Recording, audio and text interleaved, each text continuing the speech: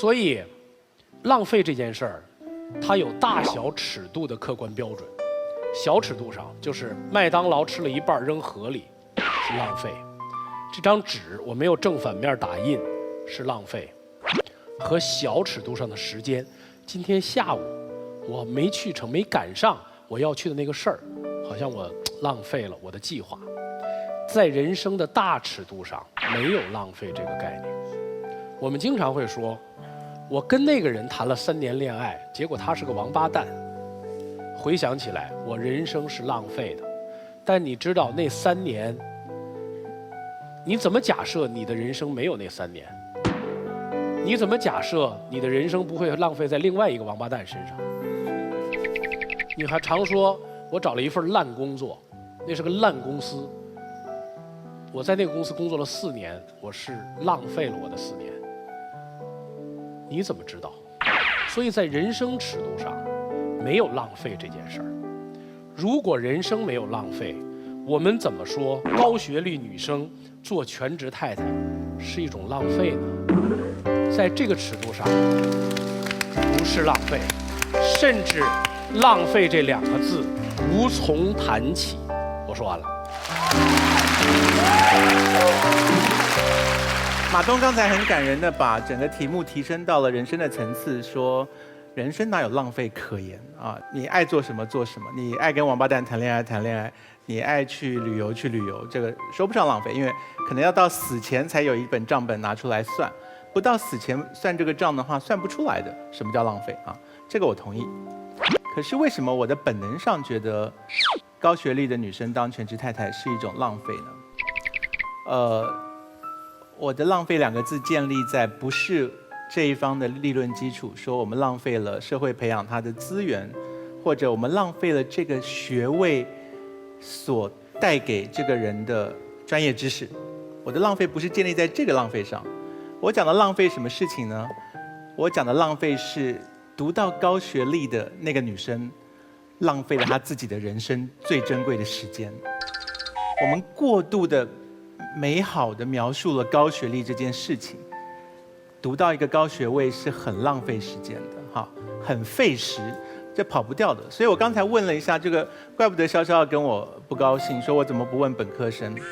因为我觉得以一个国家的受教育的比例来讲，我认为的高教育呢是到研究所阶段，好，所以不好意思，就是这个来一次，来一次。大学在我看起来是通才教育，所以刚才这边的人所说的大学是盛一个碗也好，是打造一个什么才华或能力，那都不是我想的高学历这件事情。我们现在讲的不是高智商，也不是高才华，我们讲的是高学历，你得拿到那张文凭，那才叫做高学历。所以我调查了一下在座的博士跟硕士们，然后我也做了功课，就是我去查了几个不同领域的人的硕士论文，我现在告诉你们听，你们会吓到，因为你们没有念研究所的很多人会过度浪漫的想象高学历在干什么。好，我告诉你们他们在干什么。我先讲一个简单的，你们大概听得懂的这个论文题目，这是中文系研究所，不是博士哦，是硕士。这个硕士的论文叫做《淮南子中理想帝王之形象》，啊，这是他的硕士论文。啊，读过淮南子的举手，我看一下。淮南子中理想帝王之形象，这个我还听得懂，因为我知道淮南子这本书，所以我大概知道。好，接下来呢，我找了一个是经济学的硕士论文，不是博士哦，只是硕士而已。具生产不确定性与期货避险之货币搜寻模型。啊，这个是经济学的硕士论文。请说中文。哎，我现在讲的就是中文。接下来我找了一个物理学的硕士论文题目：超导铁磁薄膜系统的界面电阻与临近效应。好，最后来个精彩的啊，就是解剖医学的硕士论文，自我吞噬作用、自噬作用参与 Brown Norway 大老鼠暴露于间歇性低氧引发呼吸道过度反应之过程。我们太浪漫了，就是艾丽讲的太浪漫了。艾丽说高学历的知识是相通的，一点都不相通。这4个硕士不知道对方在讲什么事情啊！我才念了4个，你知道有多少学科吗？就是我还没讲到商业管理，我还没有讲到国际贸易，我没有讲到古典音乐，我没有讲的可多了呢。我在研究所的时候，我跟那个谁，我跟曲家瑞一样，我们学的是艺术硕士，所以我们做的论文不是文字论文，是我们要教作品的。曲家瑞要教绘画吧，要教艺术品，然后我们的要求是要拍3部电影，我才能够毕业，这是我们的论文。所以我们稍微有接近一点真实人生。可是我每次走进电影博士班的时候，我碰到的这些好手穷经的老先生老太太们，他们真的满头白发在念博士，因为他们年纪大了，小孩长大了，他们没有事干，他们很愿意来学一个他们有兴趣的事情。就刚刚马东讲的，有兴趣他就来学了。所以呢，就坐在我对面，然后讲了一大堆电影符号学，我完全不知道我们2个讲的是同一部电影。我很惊讶，就是他从那个电影里面看到什么，怎么我一样都没有看到啊？全世界的高等教育其实都很越走越专才，那不是通才教育，所以高学历不是给我们拿来玩呐，拿来让我们变得比较会管理家政系统，比较会带孩子，比较会像默默所说的教育小孩。高学历很窄，所以那么窄的时候，你都花了这么多力气写了这个自噬作用参与 Brown Norway 大鼠暴露于间歇性低氧引发呼吸道过度感染过程了。结果你回去看你孩子的呼吸道感冒的时候，到底引发什么过程啊？这个是2件事啊。所以我觉得我们对高学历这3个字，念过的人都知道不是那么回事，而没念过的人会把它太美化。所以我是从这个角度来理解浪费这2个字的。那我当然同意马东所说的，人生到最后不能够算这本账，没有所谓的浪费可言。可是，如果我知道有人花这么多年读了这个学位，然后最后能嫁人的时候，就立刻很高兴的拍拍手说老娘去嫁人了，那我心中浮现2个字是哎，真浪费。我忘了给人家做广告了，所以只有把 MM 豆拿出来。塞鼻孔，人家会喜欢吗？哎，他们是这样的，就是不容在只容在口，不容在手，没有人试过鼻子里会怎么样。反正这些是真的没有塞过的，所以放2个来给人。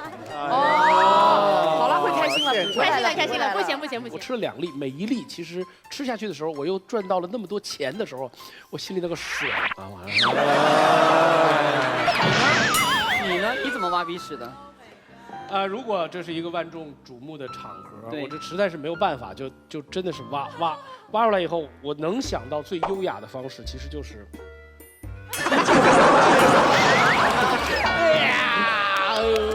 就抹在一个优雅的人身上就行。哎呀，好吧，我们分享了我们自己。我们这一集4个人都抹。我们一会儿看谁扛不住啊！来看一看这期辩题。我是范范，32岁，女博士。从小到大，我一直是品学兼优的好学生。从本科到硕士，再到博士，我一路披荆斩棘，终于实现了我成为高学历女生的梦想。然而，意外发生了，我相恋5年的男朋友向我求婚了，他希望我婚后做他的全职太太，相夫教子，贤良淑德。Honey, are you kidding me？ 我辛辛苦苦读了这么多年的书，就是希望能成为一个独立的女性，不用靠男人过日子。即便你养得起我，我也不想窝在家里整天洗衣做饭带孩子呀。这不是浪费了我堂堂一位女博士吗 ？OK。不过回头想想，当全职太太好像也没什么不好。现在职场压力这么大，不如待在家里来得轻松自在，享受生活的乐趣，感受家庭的温暖。这不就是女人追求的终极幸福吗？我读书也是为了幸福的生活吗？好像这也并没有浪费我的高学历 ，right？ 我是范范，32岁，女博士。我纠结。高学历女生做全职太太，到底算不算浪费呢？我们今天题目是高学历女性做全职太太是不是浪费？绝望的，说实话。当我看到对手名单的时候，绝望的，你知道吗？薇薇姐跟甜甜姐坐到一边的时候，太可怕了。不可否认，当我跟甜甜合体的时候，会对对方形成非常大的压力，难免他们会慌乱。我们要尽可能抚慰他们的心灵。我来这里只是单纯想要感受一下在鸡汤熬油的滋味。其实我并不是一个人魅力也是大，并不是一个善于灌鸡汤的人。我不知道为什么我每次一说话总有股鸡汤味儿。我要在鸡汤界跟陈明一决高下。啊，你是啥鸡汤？他灌装的我知道，一听他家歌人，10年也不会花。我是带着剧毒的黑鸡汤。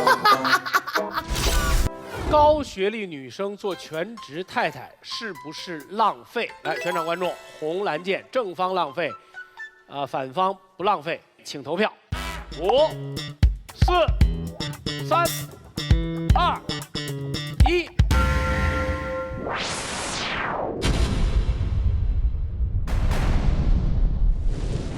我们看一看，今天我们坐在现场的，除了我们6位奇葩之外，还有这个来自宝岛台湾的，曲家瑞小姐、寇乃馨小姐，谢谢两位，谢谢。作为踢馆嘉宾，会给我们所有的 BB King 以巨大的威胁啊。然后你们两位是自由意志选择的这个立场吗？对啊，嘉瑞和乃馨好像学历都很高哈。还不错。然后薛老师比较高，没有差不多一样。所以嘉瑞选择的是这是一种浪费是吗？对啊，然后你觉得不是浪费？不浪费。我觉得我们可不可以先了解一下学历，因为有几位是哲学系的教授，对不对？所以一位嘛，就是对，所以就是每次都说不清楚的那位。玄毅要当到这个位置是得要有研究所学历吗？陈明也是博士啊，我也是博士啊，所以这个现场其实两位是哲学博士吗？陈明是新闻学博士，哲学博士。对。然后有硕士吗？一堆啊。颜如晶是硕士，读着硕士，还没毕业。你在念硕士？我是法律系硕士1年级。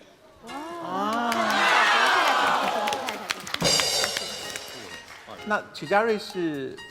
我是艺术硕士，但是我有升等到那个教授。对。陈明，你太太是什么学历？也是博士在读。博士。马上毕业。那她现在是全职太太吗？她是全职太太，不是，她是我领导。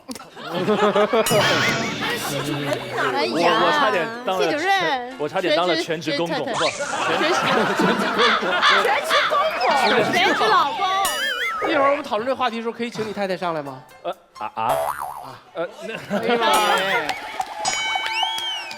陈明太太，你准备一下哈。那康永哥，我们基本上做完了学历调查了，那我们就可以表态了吧？立场，好不好？康永哥站在什么立场？金老师选哪边？我觉得不浪费。你觉得不算浪费？不算浪费。那我觉得算浪费啊。女神，你呢？那我觉得浪费吧。你觉得高学历女生做全职太太是一种浪费啊？我把这个题目都说完了，你变不变主意？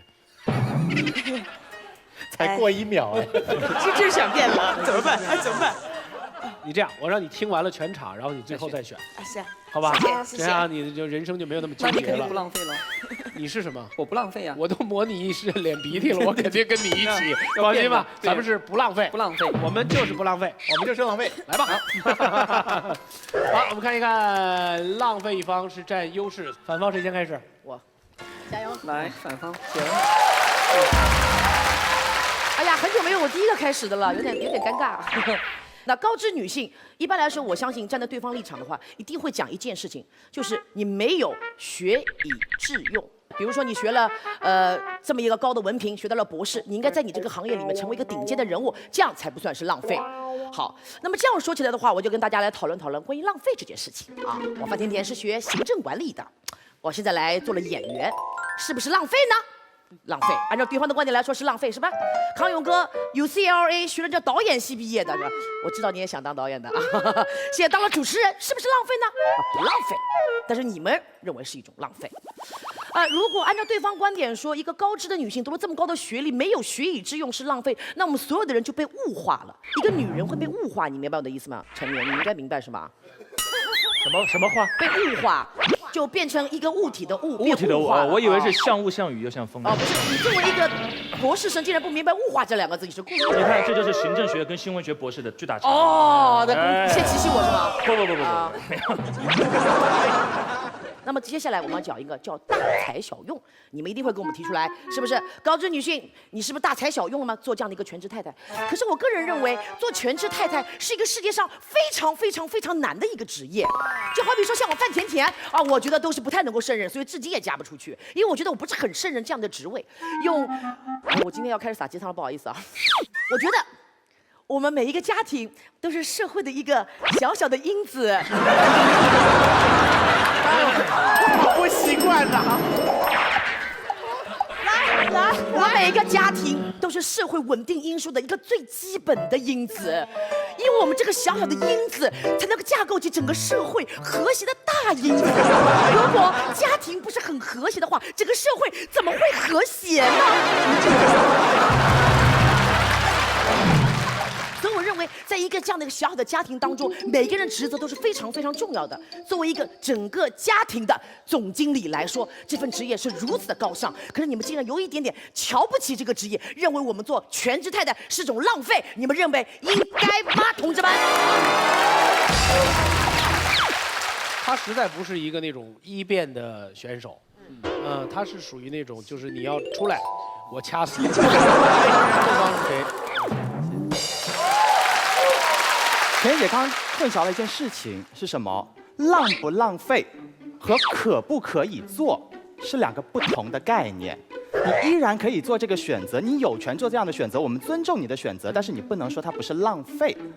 就好比你买了一个肉包子，你咬了一口，你觉得太难吃了，然后你要扔掉它，你有没有这个自由？你有。你可不可以这样做？可以。你有没有充分的理由做这件事情？有，因为它真的很难吃。可是你有没有浪费这个包子？老实说，有，就这么简单。所谓高学历是什么？是你学到的东西，你学历越高，学到的东西其实就越脱离日常所需。哪怕你学的是中文，好像大家都会说一样，但老实说，你读到博士的时候，你研究的就是什么甲骨文啦、古文字啦，各种各样的东西，就已经不是正常人说的话了。所以，当你学到了高学历之后，却没有在生活中应用它，老实说，你是浪费了你曾经学到的知识。就拿我为例，我当初学的是葡萄牙语，可是我现在做的是银行。就是这2年来，我和葡萄牙语唯一的交集，就是那天我路过超市买了2串葡萄。我当年学的时候多辛苦，我们要练发音，我们要练绕口令。我们说的不是吃葡萄不吐葡萄皮，不是吐葡萄倒吐葡萄皮，就是葡萄绕口令。我们说的是葡萄牙绕口令，我哈都会，我哈都嘿之类的一些莫名其妙的，然后太久没有练了，太苦了。对，所以知道吗？为什么我口吐白沫？是因为我们专业每个人练这个东西都练得口吐白沫。我是落下了病根。发现了吗？我浪费的是什么？我浪费的不是我的未来，我没有说银行不好，我浪费的是我过去所学到的知识，以及我在这上面花出的时间和精力。高学历女生浪费的是什么？是她曾经在这些学识上面下的苦功，就这么简单。好，谢谢。反方，谁？哇！忘了一件很简单的事情，高学历的女生啊，连嫁出去都很不容易了。今天还说她浪费，非常不是人。都嫁出去了，爱怎么做怎么做嘛。那什么情境下大家会说一个高学历的女生是在浪费啊？是这样，7大姑8大姨在一起聊天的时候，比如说亲家的那个他家的女儿，她考得非常好，上学啊，高学历的女生，这个时候她去做全职太太了。那其他阿姨怎么讲？哎呦，你看这考上那么好学校，还给人家当太太呢，还在家擦地呢。这时候她找到了一点点平衡。这句话是这么来的：我们接受教育的过程，其实逐步的是培养我们世界观的过程，和把我们整个结构这个世界的方法在拔高的一个过程。真的无所谓你学到了什么知识，也无所谓这些知识在以后派没派上用场，派上了哪些用场，因为本质上这不是最重要的事情，最重要的是培养我们这种思维方式。女性不应该因为她选择了任何事情而被贴上浪费的标签。她选择了高学历，她想怎么做就去怎么做。她在自己的生活当中找到了她自己的快乐，没必要被对面的各位告诉大家这是一种浪费。米歇尔·奥巴马，他也是高学历，学的是法律，现在在做一些什么东西啊？在白宫的小花园里种有机蔬菜，对不对？身边很多就高学历的妈妈们，她们在家里每天下午有姐妹的下午茶。他们讨论这附近这个城市里有哪个教育机构可以去投资。学经济的家庭妇女，她可以在家里帮助她的老公打理财务，各司其职，各有所长，不是你在外面赚钱就能够定义人家的一生。谢谢。非常好，东方，你看。其实我尝试理解一下他想告诉大家什么东西，就是这是你自己的选择，因此你想怎么做就怎么做。按照这个定义走下去，人生没有浪费。我把肉包子丢给狗，这是我的选择，我想怎么做就怎么做。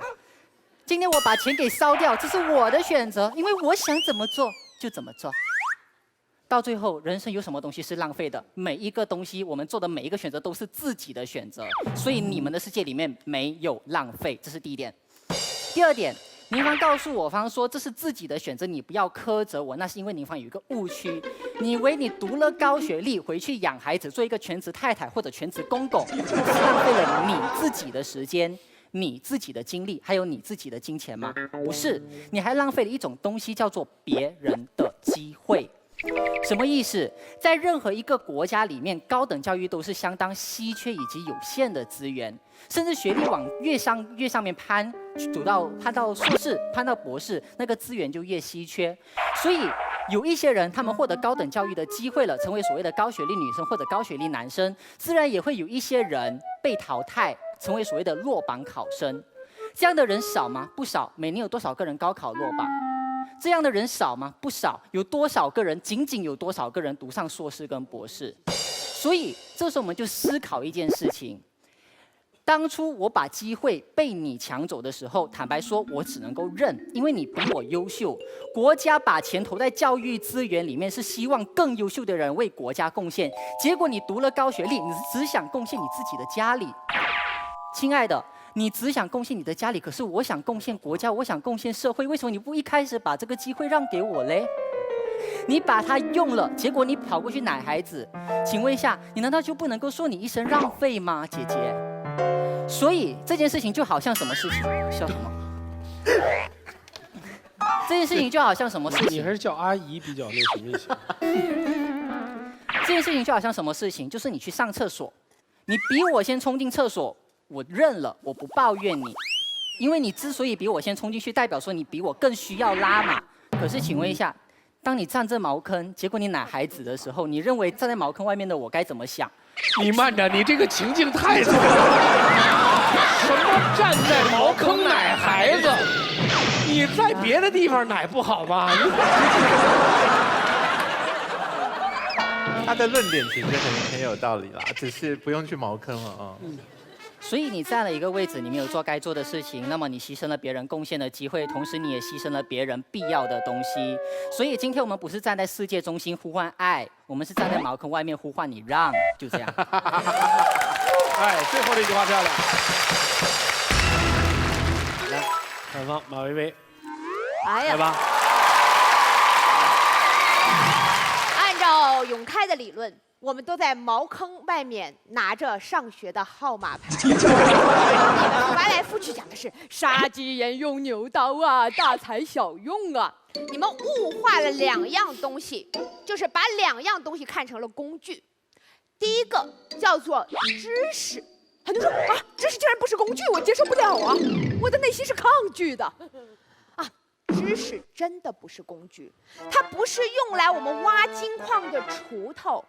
一个人之所以要接受教育，它的本质是为了提升自己的素质，它未必要来当成自己谋生的手段，明白吗？当你物化了知识之后，你会倒退到学成文武育或与帝王家的封建时代，什么专业赚钱，你就会去学什么专业，什么专业能够把你学到的大学4年的学费最快赚回来，你就去学怎么专业，最后就会完全扭曲掉我们读书本质的目的和我们为人的兴趣，这就是物化知识的坏处。第一点。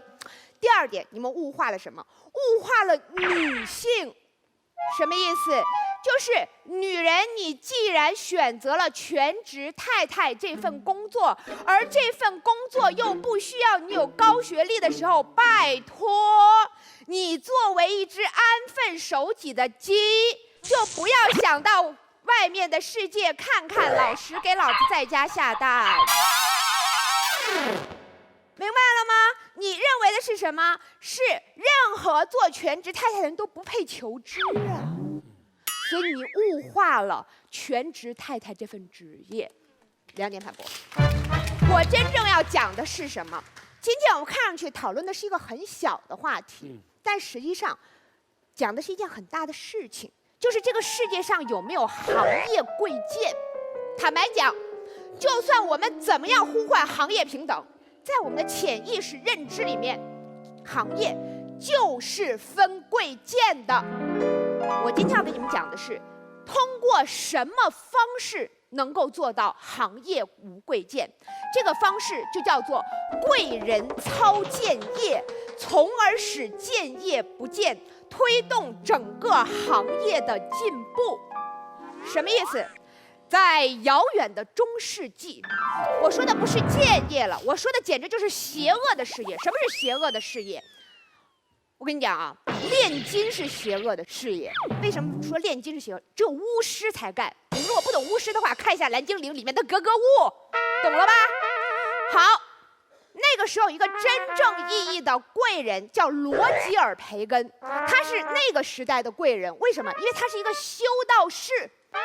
哎呀，组织培养他呀，教会栽培他呀，稀缺的社会资源都给了他呀。而这个不务正业的修道士，他可干了啥呀？他去玩炼金术了呀。这不仅是操贱业，还是操邪业，邪恶的邪。结果他玩炼金术玩成了什么？现代化学的开山怪，明白了吗？没有贵人操剑业，炼金术这个剑业根本不会形成现在的贵业，也就是化学。后来就有一个更怪的培根，这几个你们比较熟了，这个叫弗朗西斯培根。他是什么呢？他是个真正意义的贵族啊，首席长喜大臣，相当于现在的首相啊，那真是狂拽炫酷，哪儿都炸天，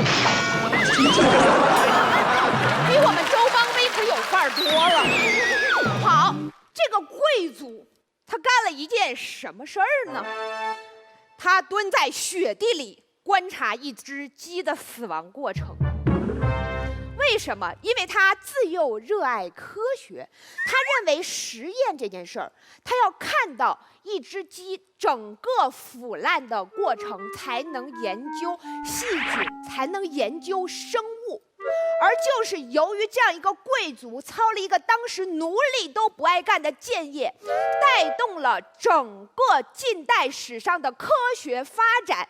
在他之后，英国、法国、德国乃至整个欧洲都开始有贵族开始干工匠的活，于是欧洲最先出现了科学。回到我们今天这个命题，在现代的家庭分工中，有没有可能有一种职业？请注意，不是身份，就叫做太太。而高知女性投身到这个职业里面去，有没有可能带动家政学的发展？有没有可能带动夫妻关系学的发展？有没有可能带动伦理学的发展？有没有可能带动男女情感学的发展？贵人操剑业，高知做太太，从来不浪费。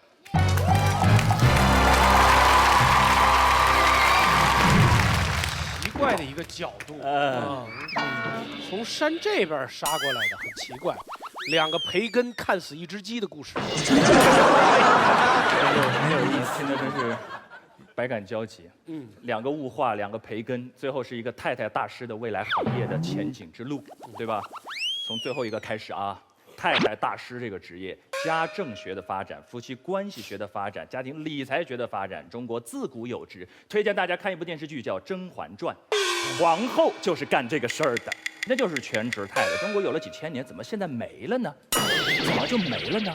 因为女人读书了呀，同志们。中国古时候女人不读书，当全职太太讨好男人，那就是一个女人的未来。现在女人有了高学历，还回去当全职太太。我刚才听了，我也讲了那么多，他从化学说到修道士，从两个培根讲起，他通篇第一没有说今天的高学历，第二没有提浪费。薇薇姐讲得好，全离题了。薇薇姐说的那个观点叫推荐，懂的都叫离题。你看，推荐今天的女性试全职太太，因为这里没准开辟一个新行业。我们今天从来不是谈要不要让一个女生去当全职太太，因为这件事我们谁说了都不算。有的女性她希望创造事业，有的女性幸福就在家庭，你自己选。我们绝不加任何道德枷锁。我们要讲的一件事情是个事实判断，我们实在一点，就是这件事情到底浪没浪费？浪不浪费的标准非常简单，第一，有了用不用？你有一个东西你不用，这个东西对你来讲浪费，就这么简单。而站一个国家的角度来讲，投入了有没有回报？如果我投入了很多没回报，这个就叫浪费。作为一个在高校工作的老师，我查了一小组数据，这能够刷新大家对高学历所有的高学历者，也许不仅仅是高学历女性的一点认识，就是我们那个博士学位，很多时候看起来像是自己学来的，硕士学位像自己学来的，我们总是忘了背后有谁投入了多少。今天在中国，博士生说实话，只要你是认认真真、正正式式考进去，不是破格录取，一般是不用交学费的，因为博士有助学金，1个月2000块。好，有的学校1800，有的学校1500，每年的助学金加起来是超过你的学费的，所以你交的学费就返回来了。博士是基本上不要钱的。博士读下来是不要钱的，你不是以为真不要钱？中国的高等教育资源那么集中，大师就那么几个，那些专业背后有多少的投入？同济大学土木工程有一个实验室买了一个振动台，叫多功能振动台。多功能振动台的价格人民币1.5亿元人民币，国家投的。而在上面天天使用的那些博士们，没花钱，因为学费都还回去了，还奖学金。一个风洞设备改造了一下，1800万人民币。加州理工学院空气推进实验室每年的研究经费13亿美元。中科院高等物理研究所已经有一个计划，建一个高能的粒子对撞机，直径52公里，30亿美元的投入。这么多全世界最顶级的设备是谁在用？就是这些导师们的硕士和博士在用，他们每天在上面研究着那些水利水电的、那些高能物理的、那些量子力学的。好，研究完了，国家投了那么多钱，我们初衷还是希望你报效一下国家嘛。但是这是个自由的时代，你毕业完了，你要非要回去想带孩子，那你就去嘛，导师也不能强留你。我只请你认一句，这真的是有一点浪费。就这么简单的一个事儿。国家砸了那么多钱在上面，你去就去，你去的时候还说我去了啊，我没浪费。导师，我告诉你，我没浪费。这还是理科、工科，你考虑过人文社科没有？那些国学大师，北大、人大只有几个，每年就能2到3个博士生名额，把那些博士全带出来了，带出来辛辛苦苦带出来，博士毕业了，等着你著书立作，你就算了，回去奶孩子了。然后跟大师说，大师，我走了，我当全职太太了，我没浪费啊，你抽他呢？你考虑过大师的感受吗？大师一口老血吐在那儿了，我还有几年呢，我就带出了这么几个博士。你带孩子就带孩子，我也不拦你，非要说没浪费，有点说不过去，就这个意思。所以我们只是个事实判断，我们不是个价值判断。我们不是说今天高学历你要当全职太太，你去，因为那是你的人生选择，你要选择在学术的巅峰去开创，你选择，别说没浪费。谢谢。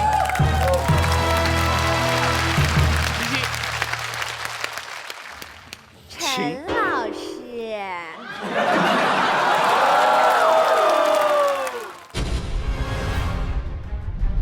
假设我读了您的博士，你觉得我毕业之后干多少钱的工作能赔得起国家对我几个亿的栽培呀？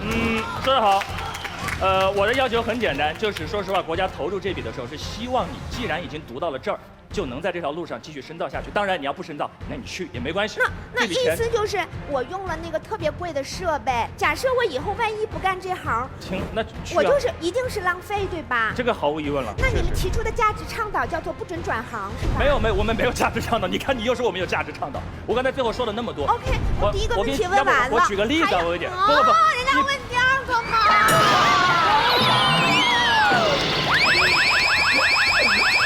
马薇薇同学，对不起，我打断一下啊，默默，你觉得在刚才他们发生的那一段，是不是就是学生跟老师之间会有那个？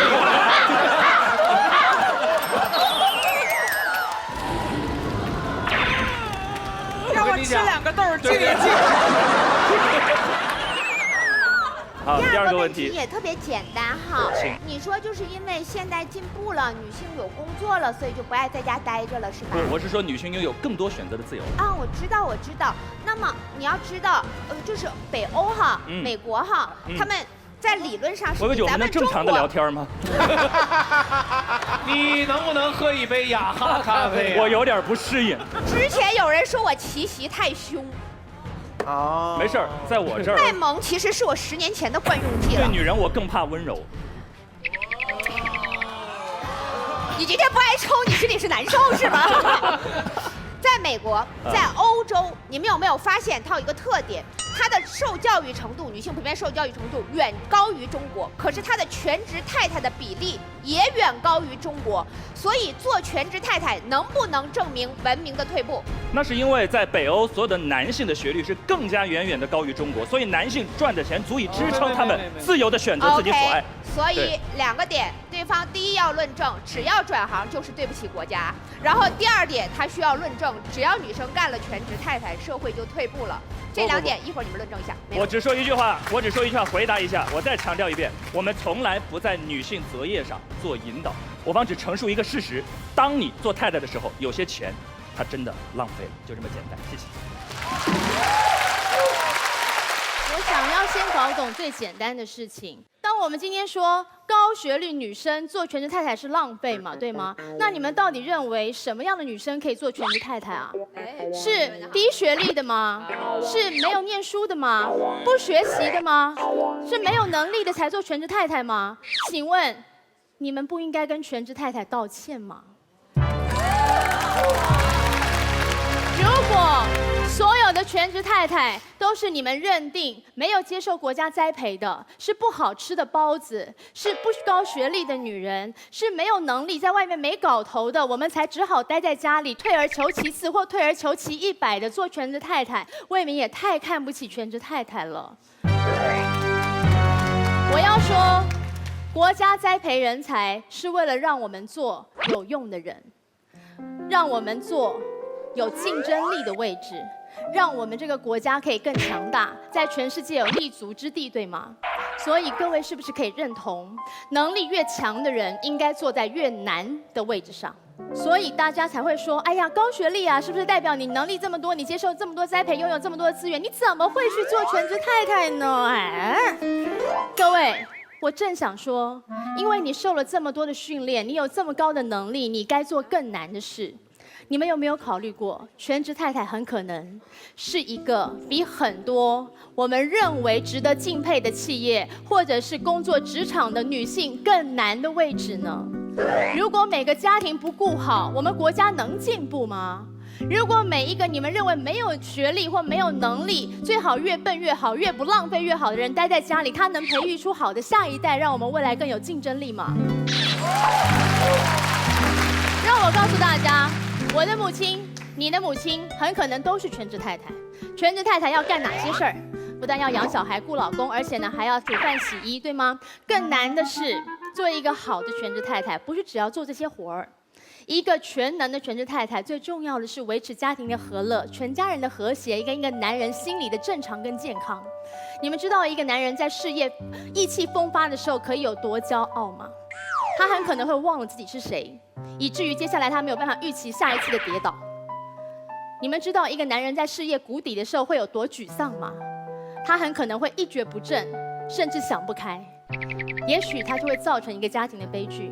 一个好的全职太太，在男人在山顶的时候要告诉他，你要小心，不要太得意；在他在谷底的时候要告诉他，我陪着你东山再起。一个好的全职太太，不但要成为男人的心灵支柱，还要成为全家人的粘合剂，对吗？孩子吵架，她要负责排解；孩子跟父亲的关系不好，她要做中间的桥梁。我试问大家，如果在一个企业里面，有一个人，他可以从打扫阿姨一直干到文员，还要操持呢家里面的账，还得要是会计，然后甚至他也是秘书最好的帮助者。接下来他还得要做大小事情在家中的决策，所以他应该也是个总经理的职务。你有听说过打扫阿姨到总经理一手全包的人吗？我要告诉各位，这个职业就叫做全职太太。全职太太太难了，没有能力的人干不了全职太太的。所以我要告诉各位，很多人说，那么寇乃馨，你说的漂亮嘞，你学历也不错，你咋不做全职太太呢？你就叫别人做，你为什么不做呢？我很诚实的说，我不是觉得做全职太太是一个浪费，我觉得做全职太太是我的目标，我还没办法办到，我还得更努力。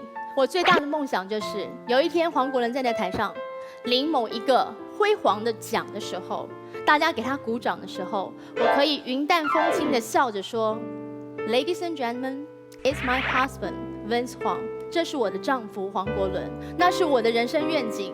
但我认为站在背后的推手更需要技术，要成就一个成功的男人或一个家庭，更需要能力跟智慧。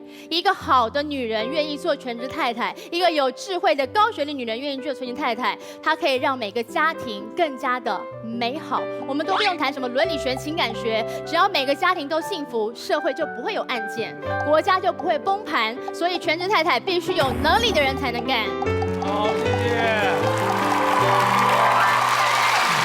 最后，许佳瑞小姐。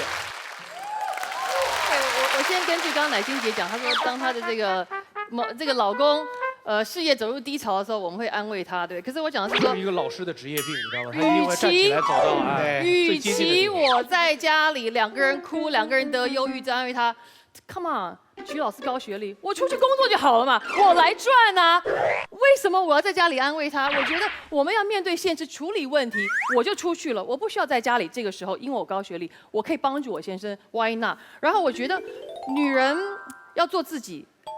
我觉得我们不能放弃一切，而且不管任何学历，我现在讲无学历好了。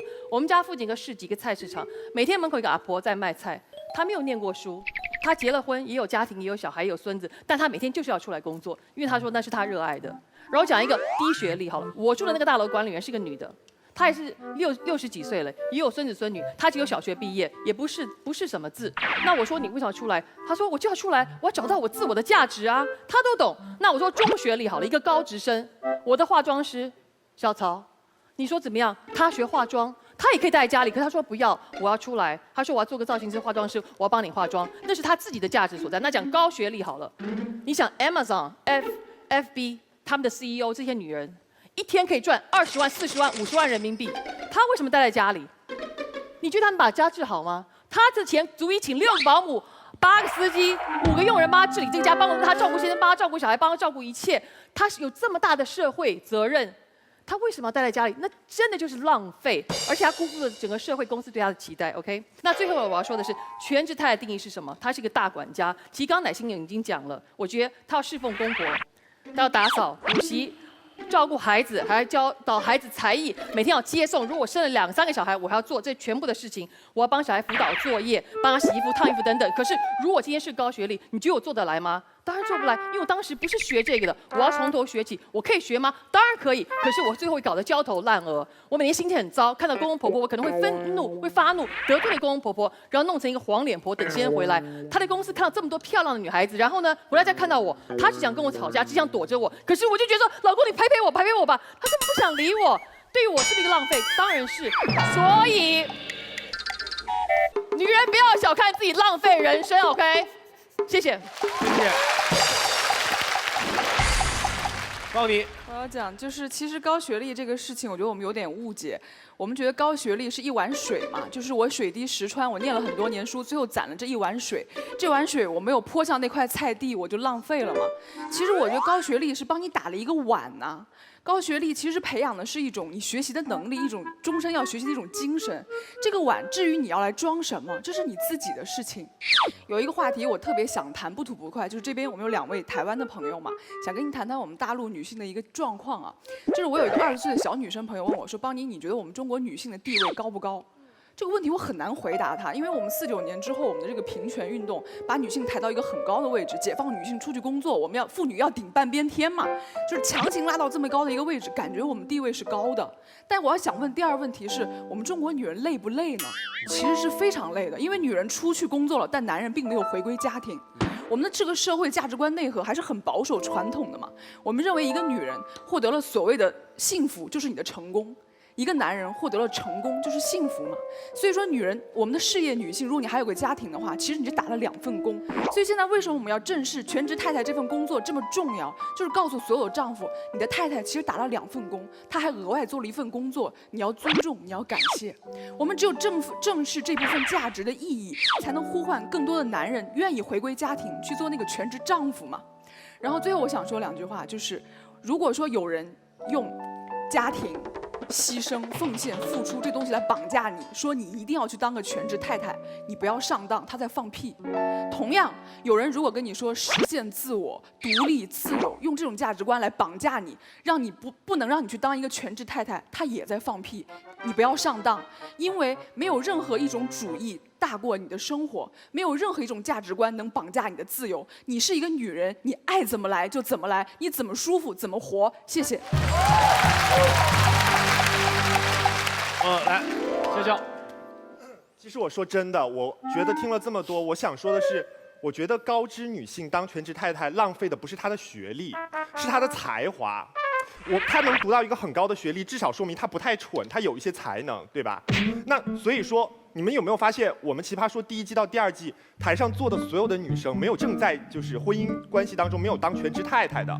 很简单，就是因为全职太太会消磨你很多的精力和时间，你没有办法再投身到你自己的兴趣和爱好当中去。所以说，真的，我倒希望所有的那些高学历女生全部都各司其职。马薇，你法律系高学历，你就去当你的律师；甜甜，行政管理，你就去做你的行政管理。我本来以为我是一个学双语播音的，我觉得我的学历本来在娱乐圈真的是如鱼得水，结果一来到奇葩说，我成学历最低的了。我真的觉得，尤其是康永哥刚才多伤人，先问有没有博士，再问有没有硕士，我以为下个要问有没有本科，我手都准备好了，他不问了。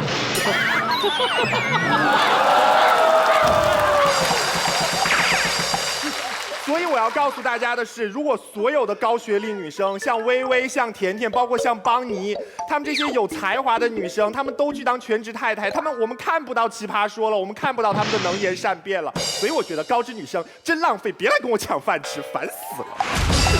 不仅不当，她们最可恨的是，不仅不当全职太太，她们还搞跨界，气死我！阿丽啊，不行了，已经。我快憋死了，让我一说。我第一呢，我主要反对就是因为你之前怎么样了，所以做什么就是浪费。这观点我特别讨厌，是因为我是新疆人。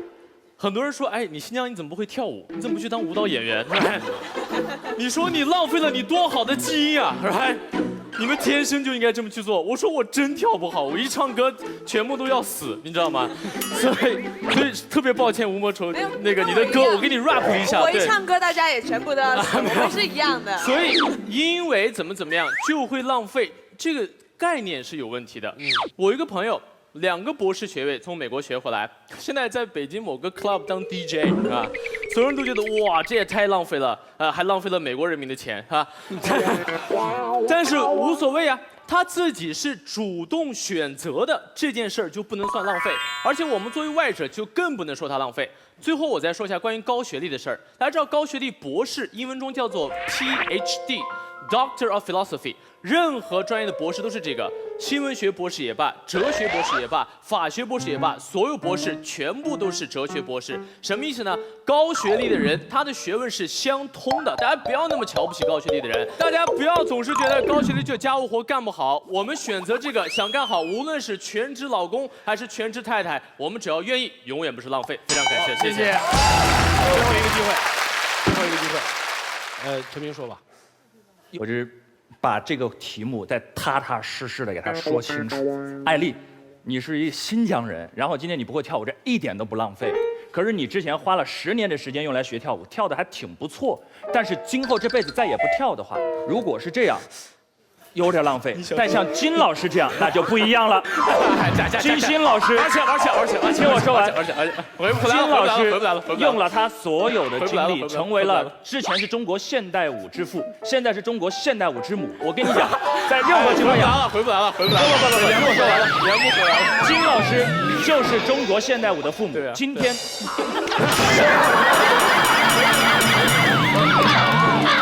对吧？听我说完。今天如果金老师今天就站在这里告诉我们各位，我这辈子以后就不会再跳舞了，我发自内心深处的觉得，真的金老师好浪费，因为这个世界再也看不到您那唯一的舞姿了。这马屁，就这个意思。我用我的舞蹈看到了世界以后，我觉得发现做脱口秀上奇葩说比舞蹈更有影响力。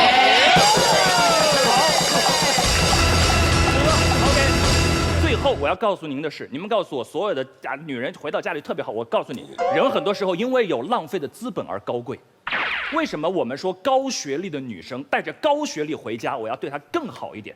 就是因为我看到了她竟然把她这么多年的所有的才华都浪费了，为了我才因此而感动，明白这个意思吗？她如果今天回来告诉我，我虽然学了那么多，但是一点都不浪费，我就是想回家做，那才是一个男人对一个女人最大的不道德。我们要看到他浪费了那么多，而且要看到那个浪费的原因是因为我，因为这份爱，我才因此而最大的质疑我的感动和敬意。谢谢。圆回来了，圆回来了。OK， 我觉得要把现场留给我们观众了，你们去做选择。陈明太太，她最后这个精彩的发言。阻碍了你上台的道路啊！那么我们要请我们几位导师来发表他们的看法。吴莫愁，你定了主意了吗？我定了。我选择不浪费。对。原因呢？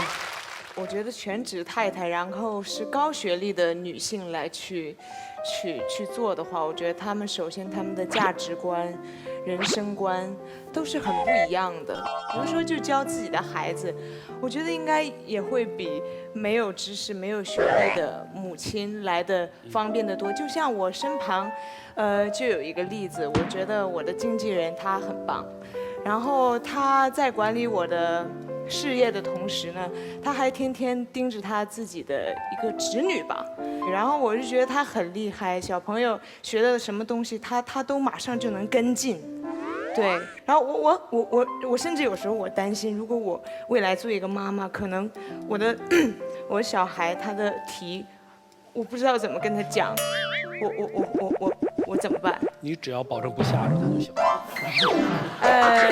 这不能保证啊，对，要看我心情。对，反正所以我觉得是不浪费的，对，是有用武之地的。好，谢谢默默，谢谢。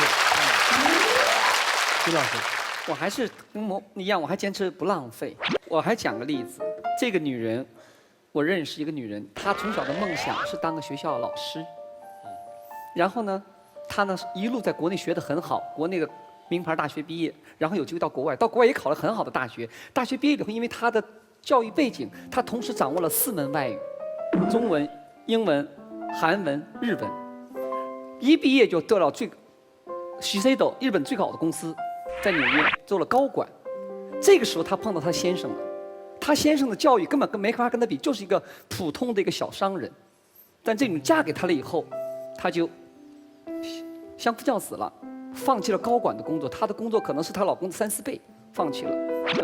这个时候，这个女孩的妈妈抱怨之极，乃至几乎母女关系破裂了。我培养你这么多年，拿了这么好的学位，你嫁了一个人，你就不工作了，当太太了。这个女生是的，这是我最想做的事情。为了这个男人，生了2个儿子，然后在家开始用他所有的知识教育了2个儿子。10多年以后。结果是2个儿子，一个培养到了哈佛医学院，一个培养到了纽约大学商学院，而且在同时，她把她老公那么点的小资本重新整合了一下，变成了一个房地产商。这个是由于她的成功案例在当地引起了很多的重视。然后呢，当她55岁的时候，当地的一个公立学校把她聘为了校长。她突然间在她50岁的时候，又圆了她曾经从小想当教师的梦。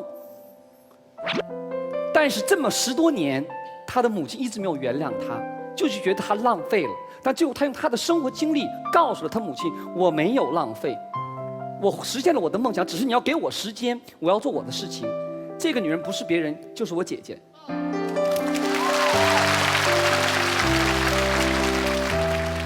当时之前我也看她站在我妈妈旁边，也觉得我姐姐浪费了，但现在她觉得我没有浪费。所以这是他的选择，恰恰告诉我，他所有的知识储备全花在点儿上了。他觉得那么一个跨国公司需要我这么一个高级主管吗？但我的家庭，我的未来需要我自己。这个不是自私，而是明白清楚。所以说，我觉得高智商女人做全职太太，她一点儿都没浪费。每一个家庭有这么高的质量的话，咱们别再空着喊的社会和谐，不用了。因为你所传述的全是对的，而且一切决定兴趣在于他选择喜不喜欢。他如果是被动的，那太浪费了；他如果是主动的，一点都不浪费，而且是升值的。我说完了。现在是52-48。康永哥，我继续说好不好？好啊。那我想说，好像我们讨论的话题是一个教育话题。教育的目的是什么？受教育的目的是什么？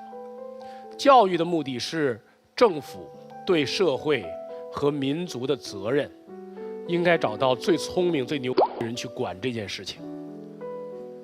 受教育的目的不是这样的，受教育的目的只是对自己的责任，甚至都不是责任，它应该回归到兴趣，或者是一种生活方式。我特别信一句话，叫做“什么是你的教育成果？当你完成教育过程，把所学全忘了的时候，剩下的是教育成果。你今天还记得你所学专业教你的那些东西吗？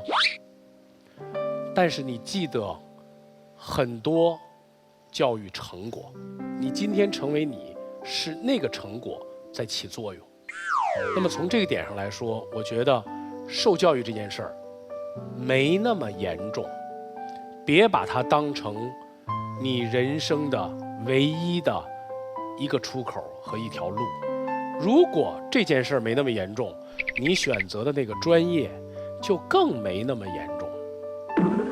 你们都喜欢英国的一个演员叫 Mr. Bean， 据说他是学物理的，但是他是好演员。还有另外一个最近演什么黑天鹅的那个，好像也是个学什么的啊？对。他们被浪费了吗？我觉得他们进了研究所，我不管他怎么想，对我来说是浪费了。我太喜欢 Mr. Bean 了，所以浪费这件事儿，它有大小尺度的客观标准。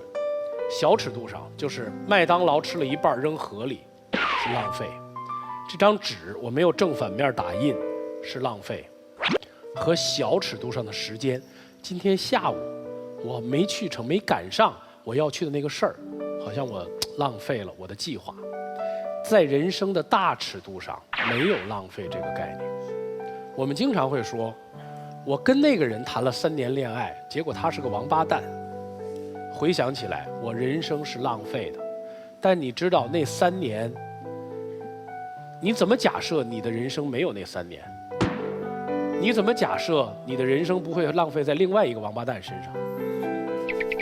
你还常说我找了一份烂工作，那是个烂公司。我在那个公司工作了4年，我是浪费了我的4年。你怎么知道？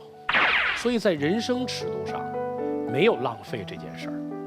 如果人生没有浪费，我们怎么说高学历女生做全职太太是一种浪费呢？在这个尺度上，不是浪费，甚至浪费这2个字无从谈起。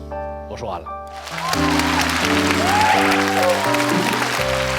马东刚才很感人的把整个题目提升到了人生的层次，说人生哪有浪费可言啊？你爱做什么做什么，你爱跟王八蛋谈恋爱，你爱去旅游，这个说不上浪费，因为可能要到死前才有一本账本拿出来算，不到死前算这个账的话，算不出来的。什么叫浪费啊？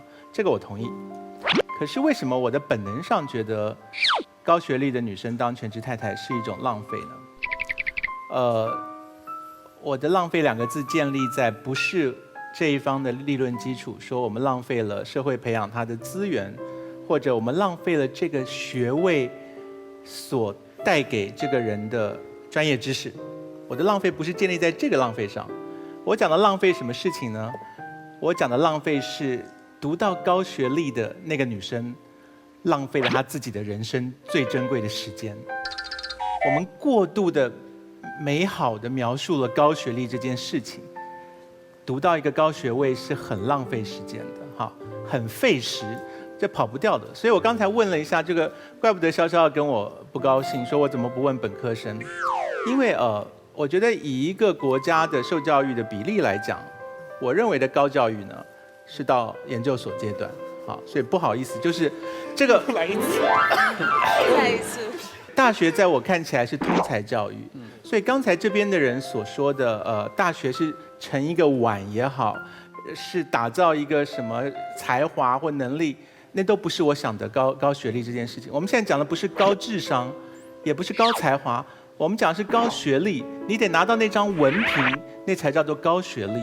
所以我调查了一下在座的博士跟硕士们，然后我也做了功课，就是我去查了几个不同领域的人的硕士论文。我现在告诉你们听，你们会吓到，因为你们没有念研究所的很多人会过度浪漫的想象高学历在干什么。好，我告诉你们他们在干什么。我先讲一个简单的，你们大概听得懂的这个论文题目。这是中文系研究所，不是博士哦，是硕士。这个硕士的论文叫做《淮南子中理想帝王之形象》，啊，这是他的硕士论文。啊，读过淮南子的举手，我看一下。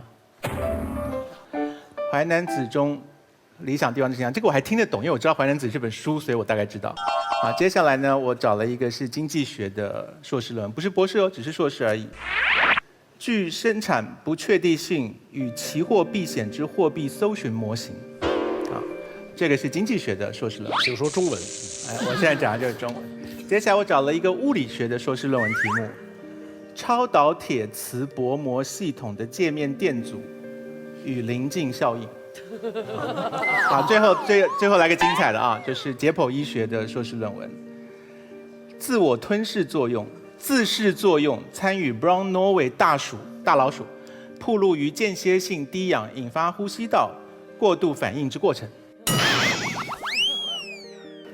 我们太浪漫了，就是艾丽讲的太浪漫了。艾丽说高学历的知识是相通的，一点都不相通。这4个硕士不知道对方在讲什么事情啊！我才念了4个，你知道有多少学科吗？就是我还没讲到商业管理，我还没有讲到国际贸易，我没有讲到古典音乐，我没有讲的可多了呢。我在研究所的时候，我跟那个谁，我跟曲家瑞一样，我们学的是艺术硕士，所以我们做的论文不是文字论文，是我们要教作品的。曲家瑞要教绘画吧，要教艺术品，然后我们的要求是要拍3部电影，我才能够毕业，这是我们的论文。所以我们稍微有接近一点真实人生。可是我每次走进电影博士班的时候，我碰到的这些好手穷经的老先生老太太们，他们真的满头白发在念博士，因为他们年纪大了，小孩长大了，他们没有事干，他们很愿意来学一个他们有兴趣的事情。就刚刚马东讲的，有兴趣他就来学了。所以呢，就坐在我对面，然后讲了一大堆电影符号学，我完全不知道我们2个讲的是同一部电影。我很惊讶，就是他从那个电影里面看到什么，怎么我一样都没有看到啊！全世界的高等教育其实都很越走越专才，那不是通才教育，所以。高学历不是给我们拿来玩呐，拿来让我们变得比较会管理家政系统，比较会带孩子，比较会像某某所说的教育小孩。高学历很窄，所以那么窄的时候，你都花了这么多力气写了这个自噬作用参与 Brown Norway 大鼠暴露于间歇性低氧引发呼吸道过度反应之过程了。结果你回去看你孩子的呼吸道感冒的时候，到底引发什么过程啊？这个是2件事啊。所以我觉得我们对高学历这3个字。念过的人都知道不是那么回事，而没念过的人会把它太美化，所以我是从这个角度来理解浪费这2个字的。那我当然同意马东所说的，人生到最后不能够算这本账，没有所谓的浪费可言。可是如果我知道有人花这么多年读了这个学位，然后最后能嫁人的时候，就立刻很高兴的拍拍手说老娘去嫁人了，那我心中浮现2个字是哎，真浪费，这样。所以我们就最后一次投票吧。浪费摁红键，不浪费摁蓝键，请投票。3、2、1，看看最后结果。正方胜出。高学历女生浪费的是什么？是她曾经在这些管谁？你会改变吗？我觉得我不会改变，因为我觉得。我就是我，如果我都不是我的时候，那我都不爱我自己的时候，他怎么爱我？这貌似是一个成熟的选择啊，但是这句话说起来特别容易，但做起来是非常难的。是因为你现在没办法一定要我选嘛，可是如果真正的在谈恋爱过程当中，我觉得适当的改变是可以的。你会迁就妥协，我觉得可能是包容。包容。所以你又选择了2个立场，我们大家看林心如小姐是一个多么没有立场的人啊！连女神你就随便挑吧。对，好，这个女神有这个神的权利。来，我们现场100位观众，红键选择正方，该改变；蓝键选择不该改变，请投票。5、4、3、2、1。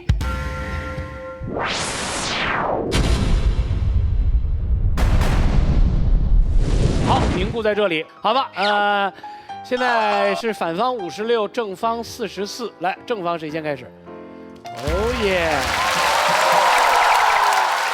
在任何的生态环境里面，一个生物要生存，它只有2个选择，一个就是它改变自己去适应，要么它就迁徙，它离开。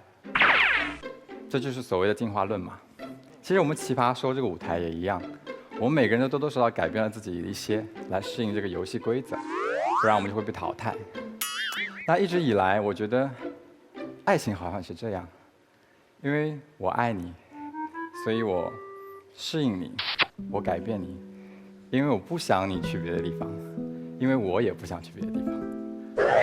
但是，我是一个非常鼓励大家做自己的人，因为我觉得这世上唯一如果有一个可以让你完完全全做自己的人，我希望那个人是我。可是爱情有个很奇妙的前提，就是你会在一个非常短的时间内发现这个人好多的优点，然后你就爱上他了。但是你需要很长的时间来发现这个人的缺点。有一句话叫“人活着赖着一口氧气，氧气是你”，所以我爱你。你有一点点雾霾没有关系，我戴着口罩，我继续往前走。走着走着，我看到天空有一个臭氧层有个漏洞，没有关系，我为你改变，我打着太阳伞，继续往前走。你又开始下暴风雪，没有关系，我为你改变，我穿上厚厚的衣服和雪靴。直到有一天，我走过一面镜子，我看见镜子里面的自己，戴着口罩，打着伞，穿着厚厚的衣服和雪靴，我才想到，其实原本我只是想做一个快快乐乐的水手，而我已经为你改变的面目全非了。单方面的日积月累的改变，耗尽了我对你所有的爱。所以我们能不能在爱没有耗尽之前，让我微微你看着我。我被实习了是吗？不是那个，他需要一个交流，他是需要一个点，OK 我需要一个点。需要一个视线关系，你就做他的那个点就完了嘛。OK。所以可不可以在我对你的爱没有耗尽之前，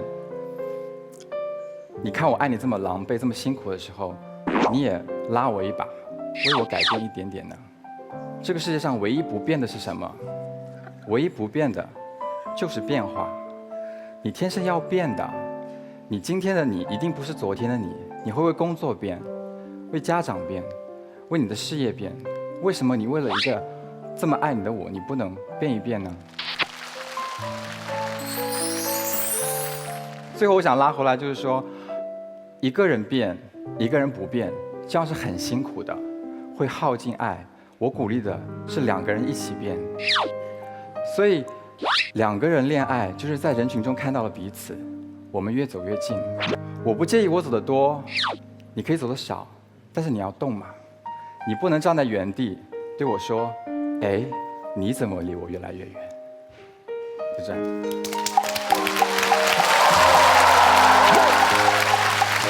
这个世界上有一种职业特别伟大，就是幼儿园的老师。我见到过一个幼儿园的伟大的老师，就是他在一个特别喧嚣的像奇葩说的现场的那个孩子环境里，每个人都在喊，你知道，很多人就跟范甜甜一样冲进去把这个拍死了，那个守在门外的那种。但是他选择的方式是那种，嘘，从前吧，我给你们讲一个故事。小朋友瞬间安静。你特别适合当一个幼儿园老师。好，我得问你的，就是像这样一个人说了这样一番话之后，你现在的立场是什么？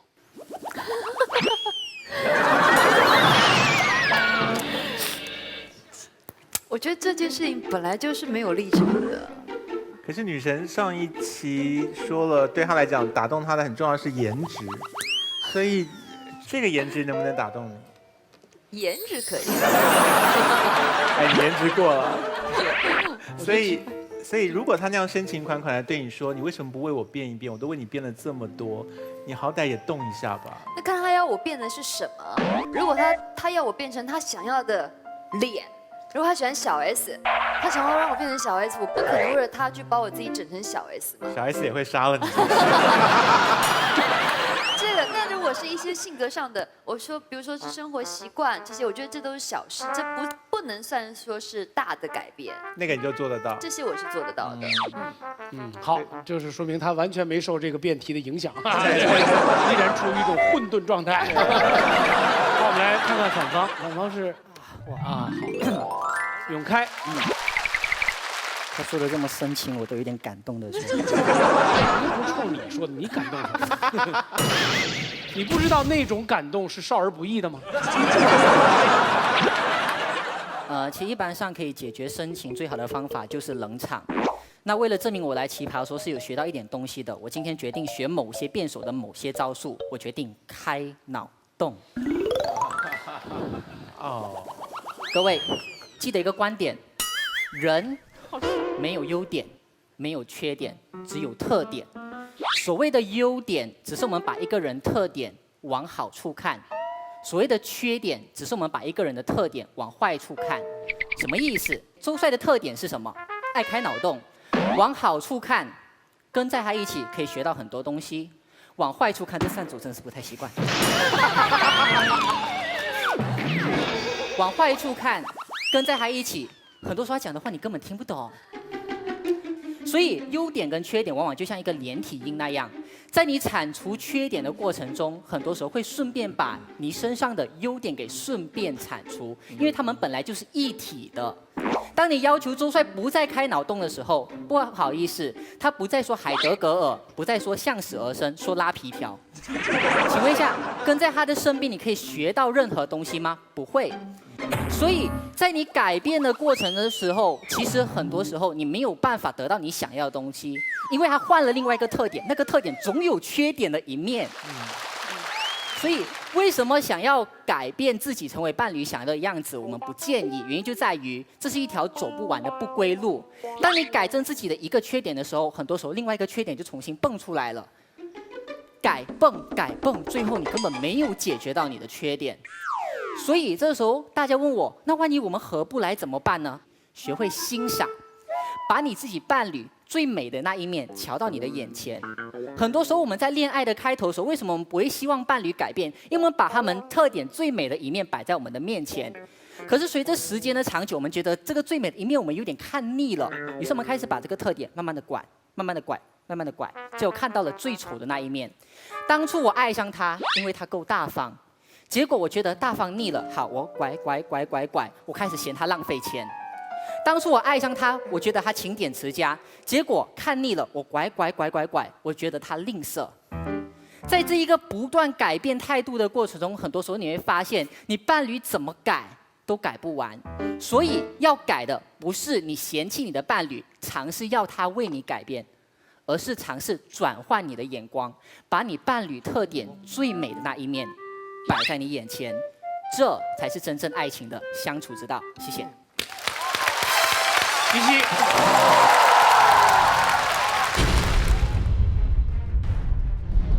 第一个问题，转换眼光算不算一种改变？不算。好，你刚才说周帅讲的话很无聊，但是有没有这样一种可能，有一个人爱他，那个人讨厌无聊的人，但是周帅的缺点变成了优点，这是不是一种包容？为什么一开始会跟周帅在一起呢？为什么他一开始会跟周帅在一起？很明显，一开始跟着周帅的时候是欣赏这一个特点的。所以永开，你发现了没有？反正你的意思就是说，转换眼光，我自己转换眼光不算改变。好，第二个问题，不算为了伴侣的改变。好，第二个问题，如果我们今天不说爱情，在工作中，你有没有为名为利，或者为自己一点点私自的欲望妥协过、改变过？我妥协从来不为别人的想法。所以就说你为名为利，你也不妥协，从来不改变，你坚持你的原则。我愿意为我们伴侣之间的关系变得更好而改变，而是不断的改变，成为他最想要的样子，不断迎合他，这是一条不归路。这还是一种改变。所以我想告诉大家，其实他刚才告诉我们的意思是什么？不管是什么，他要坚持他的原则，他永远的不妥协，说明他是一个没有欲望的人。你们懂我意思吗？这很可怕。我爱名，所以我愿意为名改变；我爱利，我为利改变；我爱你，所以我才愿意为你改变。我提醒你，今天我们的辩题不是要不要改变自己，而是希望要不要改变成为伴侣想要的样子。我承认你可以为了伴侣成为更好的人，可是千万不要迎合他的想法，这是一条不归路。好，谢谢，谢谢。好，潇潇骑了陈永开，但是不知道到底是谁骑了谁。好像这个胜负难分。这边第2位是谁？我。干嘛？我是打架吗？不是因为我觉得手上东西特别多，影响发挥。那你为什么当初要把它带上去呢？啊，装。首先啊，今天我先跟大家不聊爱情，我就跟大家来聊改变。我觉得当我们2个人彼此欣赏、彼此喜欢、彼此吸引，我们走到一起的时候，我们的人生轨迹发生重叠的时候，我们欣赏着同一片风景，我很难不被你影响，不受你改变。比如说我来到奇葩说，认识了一堆朋友，好，我跟马薇薇做朋友，我会觉得我自己变得理智了一点点；我跟范甜甜做朋友，我会觉得我自己变得洒脱了一点点；我跟艾丽做朋友，我会觉得学好一门外语很重要。很多人问我为什么那么喜欢颜如晶，曾经我也问过我自己这个问题，直到有一天范甜甜一句话，她点醒了我。她说：潇潇，你知道为什么你那么喜欢如晶吗？因为如晶身上有样你没有的东西，那就是纯洁。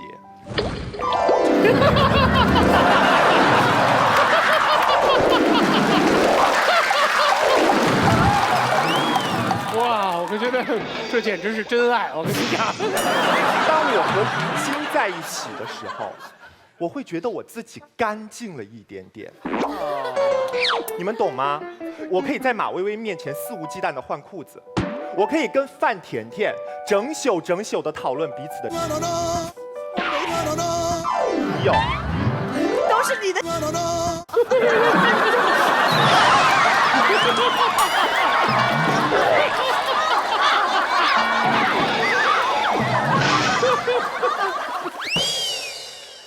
但是大家知道吗？很多事情我在颜如晶面前我不好意思做，很多话我在她面前我不好意思说。很多时候我们都鼓励自己说我们要做最真实的自己，但是大家有没有想过，很多时候最真实的那个你自己，往往是你最放肆、你也最瞧不起的那个自己。你们知道我每次回去看《奇葩说》我自己的表现，我是什么样的感觉吗？不用你们说我娘，我自己都想给自己2耳光。这就是我对真实的自己一个非常客观的评价。所以你们与其说我喜欢颜如晶，倒不如我告诉你们，我更喜欢那个在她身边的我自己。这个话好看。有很多人每天给我发私信，问我一些感情问题，我很少回答。不是因为我懒，但有一部分原因是因为我懒。但是最重要的原因是，因为我不知道怎么回答。这个世界上是没有情感专家这个职业的，你们懂吗？我在每一段恋爱当中改变的、学习到的感悟都不一样。可能我今天可以很消极的告诉你，结婚不如养条狗。我明天我恋爱了，我又可以很乐观的告诉你为什么要压抑自己的天性。这就是每一段恋爱带给我的改变。所以，我是一个抽烟、喝酒、说脏话的坏男孩。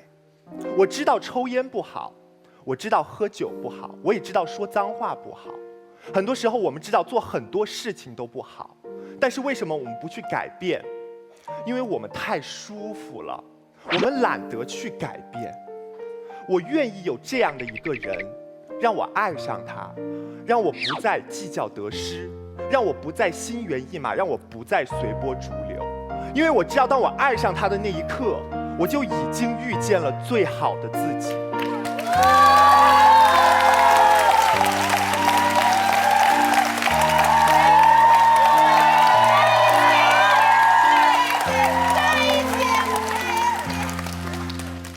所以，当对面的朋友告诉我他们不愿意为对方做出一点点改变的时候，我不会说你们自私，我会说你们没有爱我。谢谢。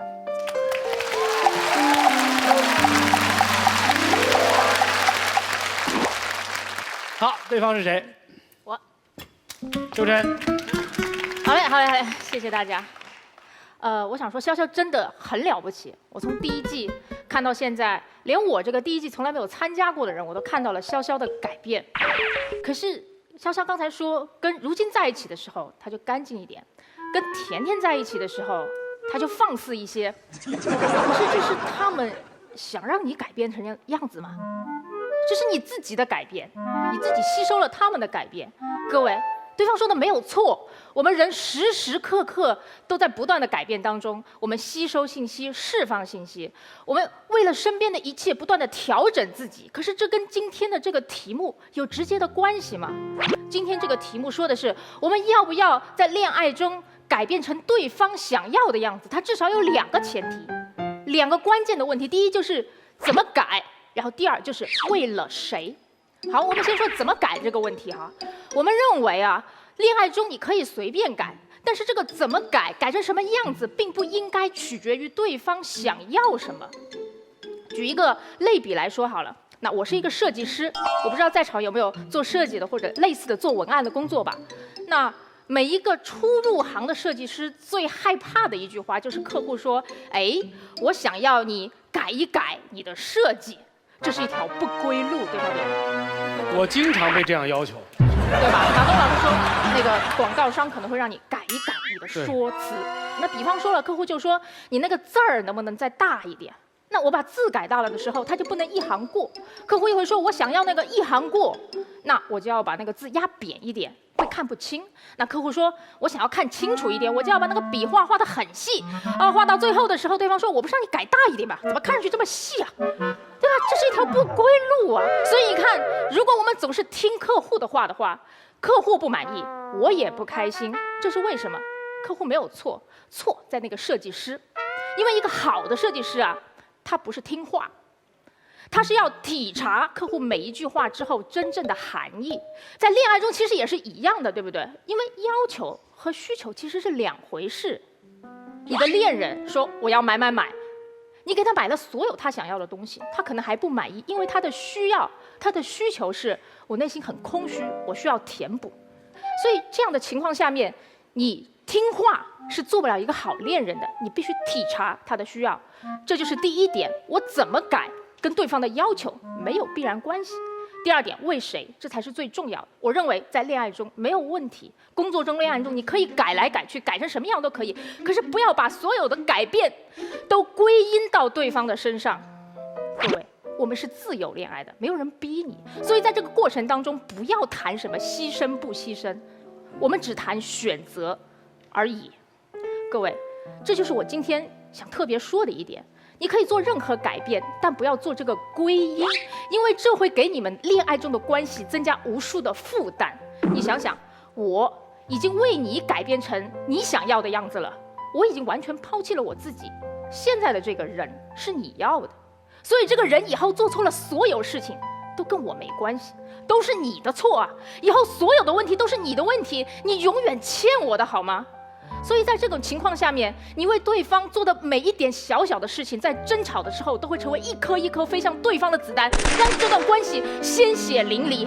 你看吵架都是什么样子的，所有人都耳熟能详，就是那种我为你做了一桌子菜，你为什么不满意？我为你来到这个城市，你为什么还要生气？我为你抛弃了我自己，成为了你想要的人，你现在还要抛弃我2次，你到底想要什么？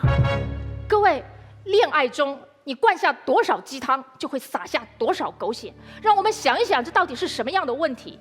如果你真的爱一个人的话，你就跟他说，我无论做任何改变，都不是为了你，都不是为了你。这听上去很薄情，可是各位想一想，这才是真真正正的深情。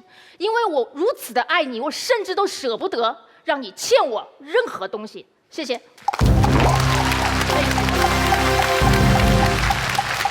是什么力量能让鸡汤变成狗血？是基因的力量。好吧，这边是谁？我。好，白邦妮。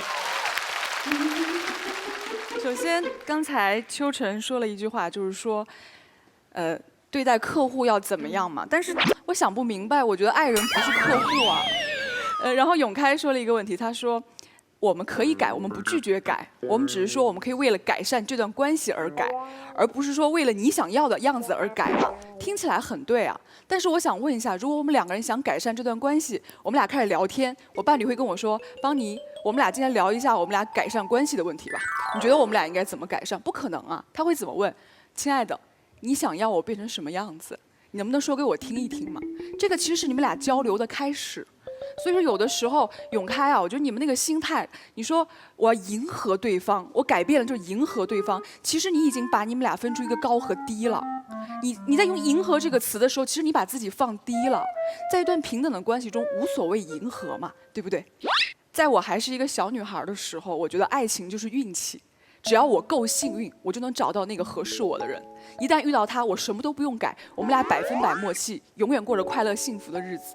当我变成一个大女孩的时候，我知道爱情不是运气，其实爱情是一种能力。爱情不是让你去找一个非常合适你的人，而是找一个好人和他一起慢慢合适。爱的能力是什么？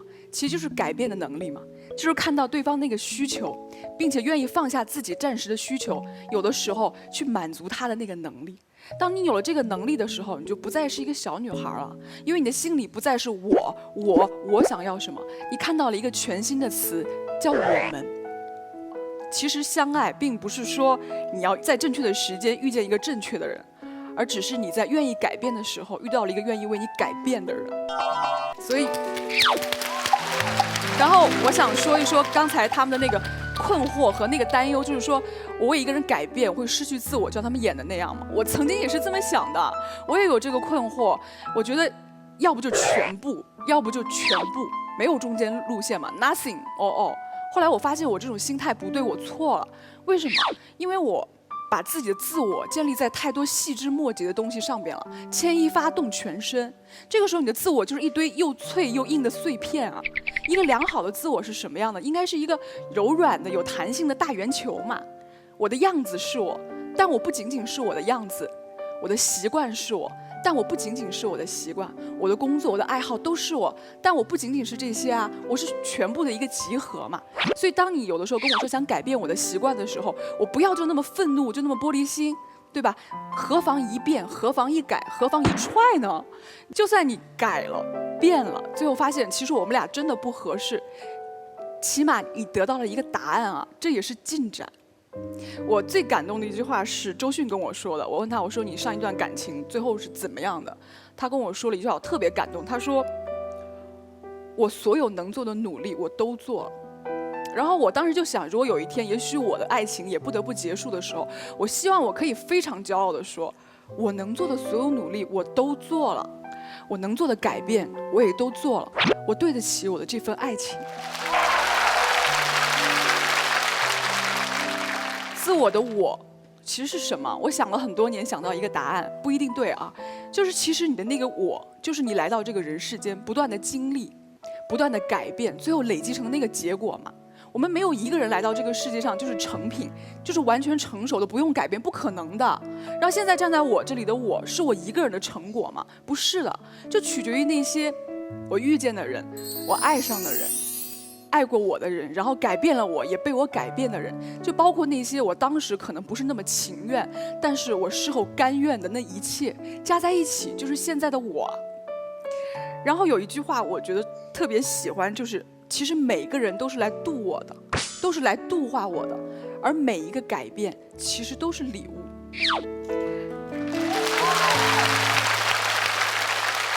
周玄毅要残忍的奇袭他。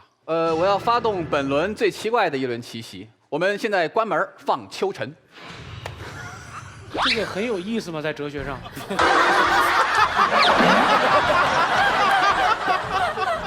说实在的，因为这个确实太过于绵软了。说实在的，我等会儿会给一个很硬的一个分析，所以我不太适合这个题。还是秋晨来继续。明白了，那个没懂啊，继续吧啊。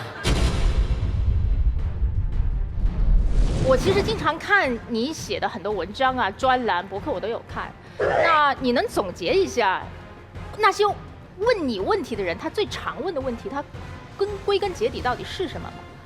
大家一般都会问我一些关于的问题。OK， 我也不知道为什么。我看到的是，所有的读者问你的问题，是归结下来只有几个字，就是我想要什么。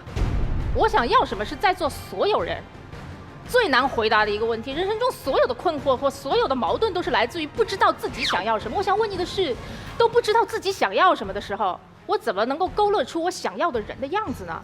我觉得是这样哈，有的时候我们可能未必知道自己想要什么，但是我们会知道自己不想要什么。我们反推过来是能够勾勒出那个样子的。好，成功了。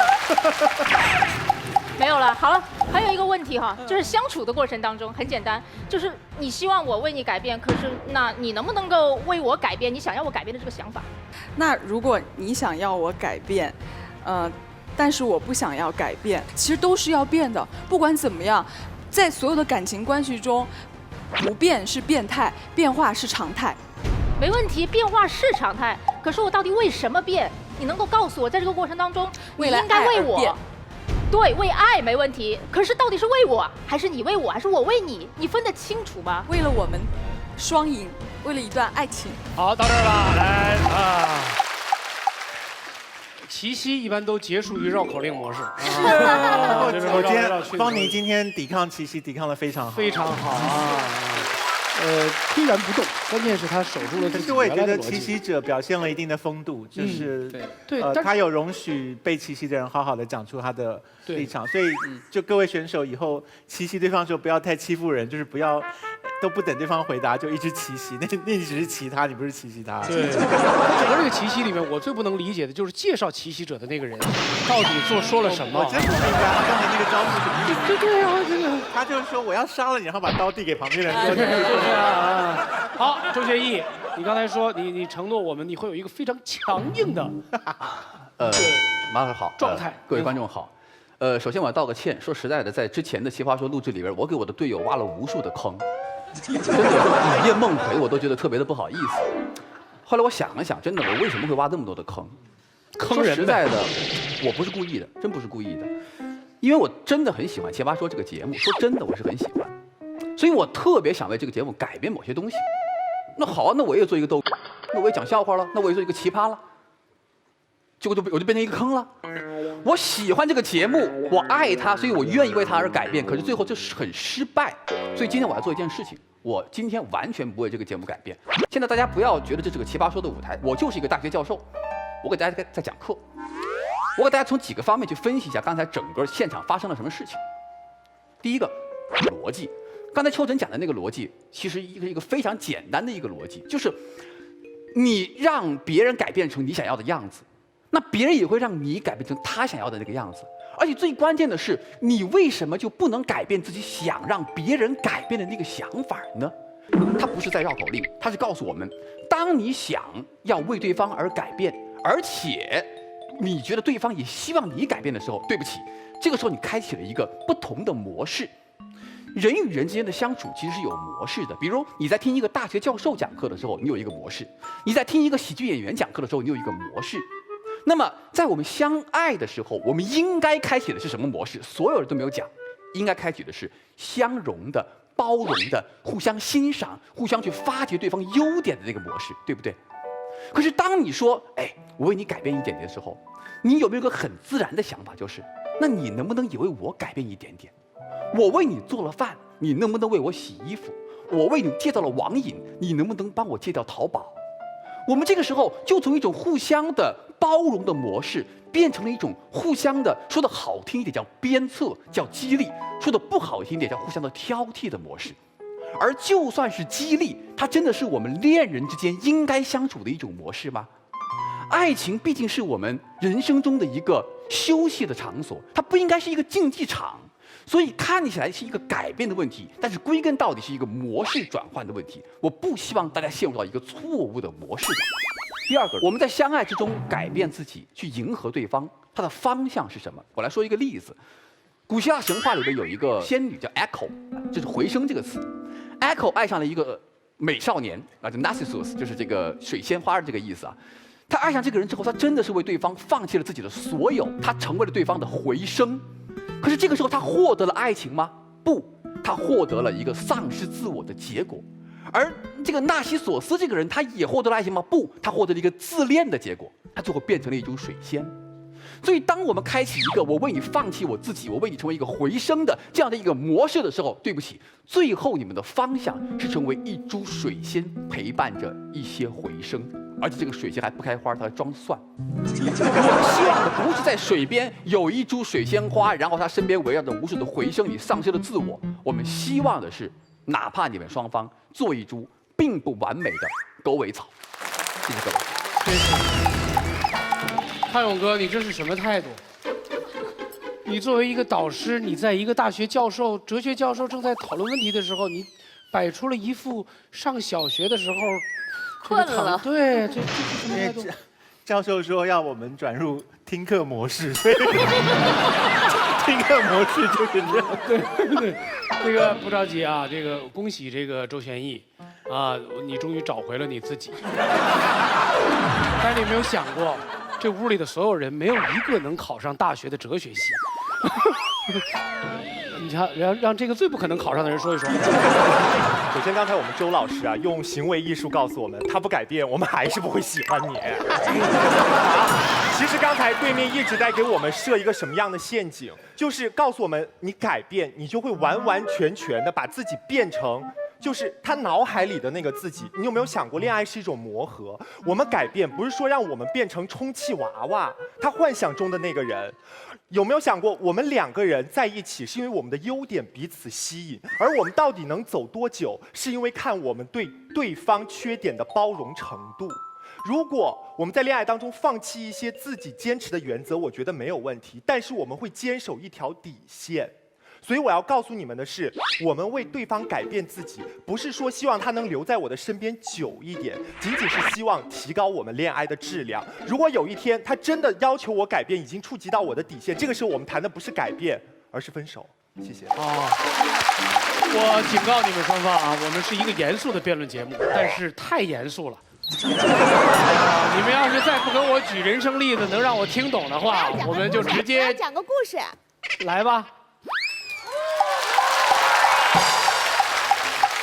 大家知道《奇葩说》录到现在，我是唯一所有选手中从来没有讲过自己故事的人。在这一集，我要讲一件自己的事情。真的吗？这是第一，我有男朋友了。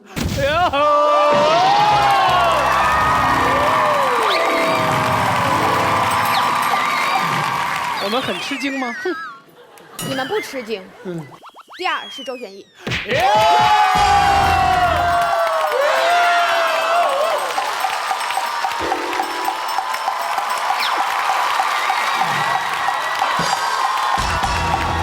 报一个。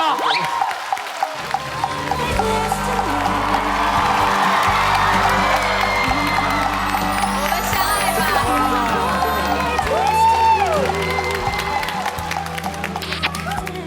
我终于可以把秘密说出来了。好，为什么我从来没有在这个舞台上讲过自己的故事？哪怕有一些立场，对我讲出自己的故事来说，其实是超级有利的。什么意思？我有的时候说，你们不要跟我比惨，为什么？因为说真的，我家庭相对是坎坷的。说真的，我现在状况是相对你们很多人是不好的。所以打父母、亲子、人生坎坷、爱情经历，不好意思，在座各位，你们能跟我比的人不太多。可是你知道吗？用自己的故事去改变别人的人生，好容易导致别人的故事写错，因为故事这个东西是不能通用的，所以我很怕那些爱情导师，因为他导着导着，你们的人生就迷失了。好，那么我今天宣布这2件事儿的原因是什么？是告诉大家一个道理，就是你看，我现在做了一个非常重大的改变，就是我居然当着所有人说出了自己的私事儿，这对我马薇薇来说是惊天动地第1回。好，但是我现在有2种选择。第一，我告诉周旋逸说，周旋逸，我是为你改变的。为什么？因为你票输了。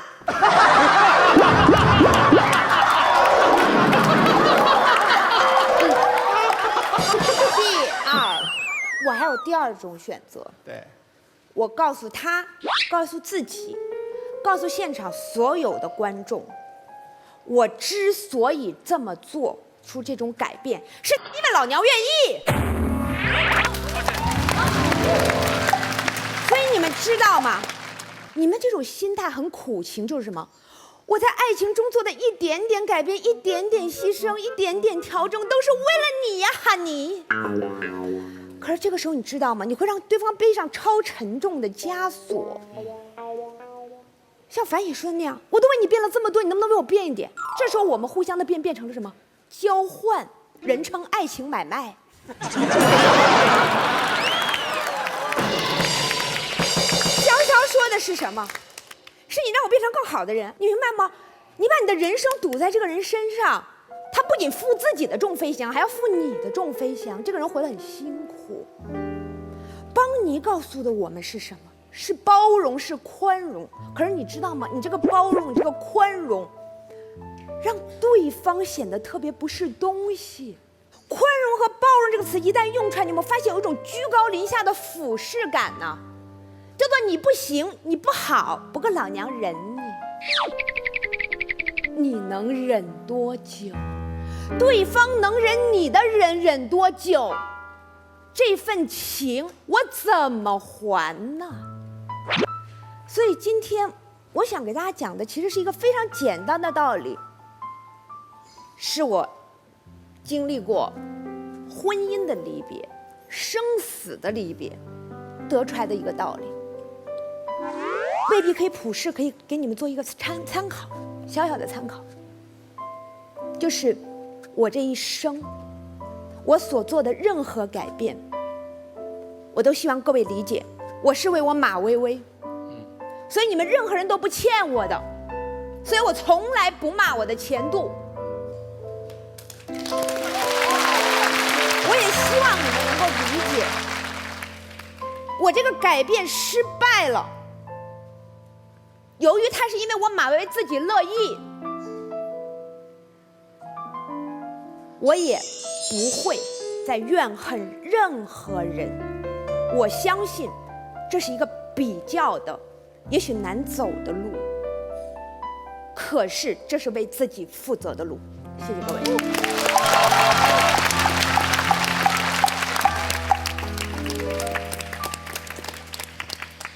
哎，我觉得马薇薇有一种替夫从军的那种壮烈，我不知道为什么啊。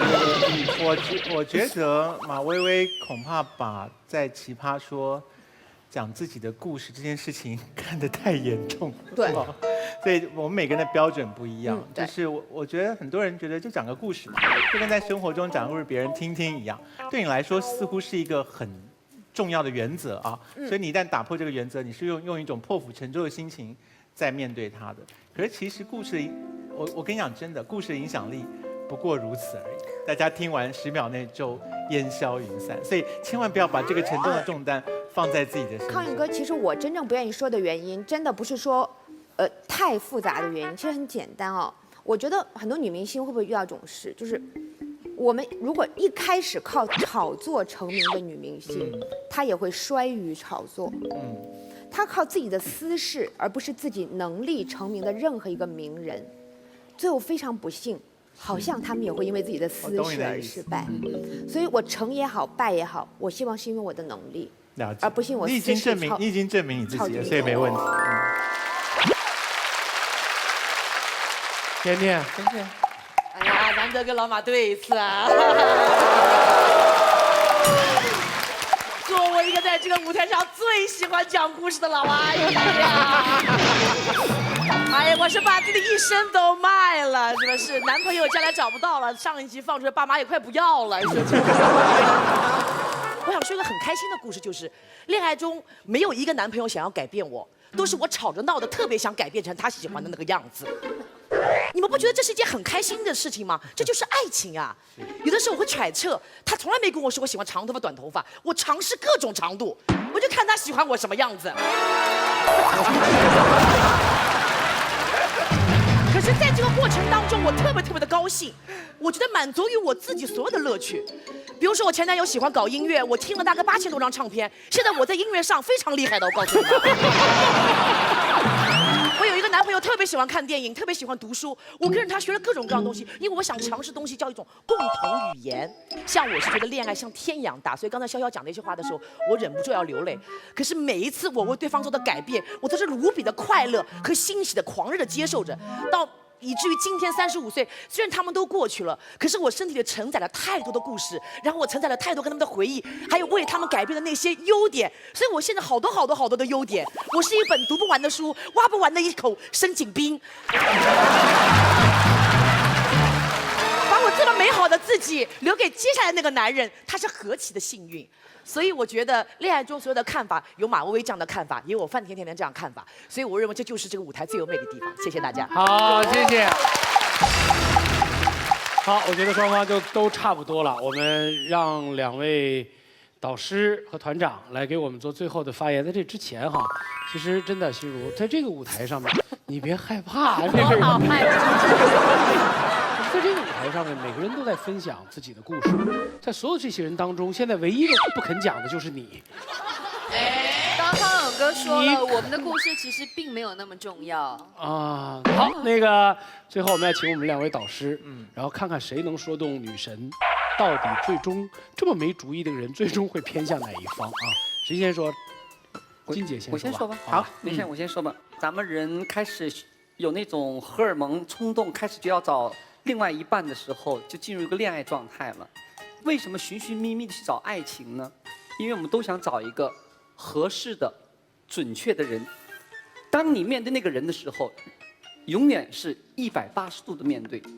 恋爱是180度，通过恋爱慢慢我们转换转身，希望他能接受我的360度。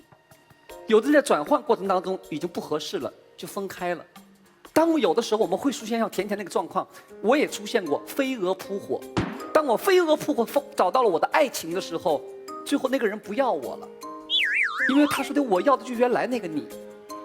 从此我就得到了一个经验，每次我谈恋爱的时候，我先把我的缺点告诉他，我就这么一个人。如果你能接受，咱俩往下走再约；如果你不能接受，咱俩就到此为止，还可以做个朋友。2年前我写了一本书，书的名叫做《我不想改变世界，也不想被世界改变》。这一点在我的爱情经历上也同样有用。一直到我36岁时候碰到了我的先生，38岁嫁给他，就是因为他包容了我，接受了我所有的一切。曾经我谈过一个男朋友，说你干嘛要提你那个变性的经历呢？你可以嗲嗲的像我认识那个样子，很性感就可以了，我不要知道的。我说你不知道，你愉快了，你满足了，我是痛苦的，因为那个不是我真实的我自己。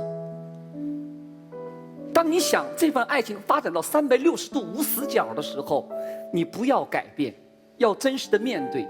而且真正的爱情是为了爱情，我愿意往后退一步，他也退一步。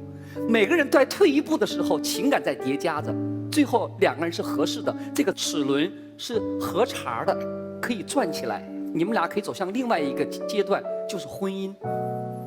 所以说，爱情并不是说我为他改变，而是你要了解我、理解我。准确合适是一切我们寻寻觅觅爱情这么多在哭啊喊啊闹啊所有的爱情故事编里的一个理由，就是我们要找那个合适的准确的，而并不是为了改变的爱情。说完了。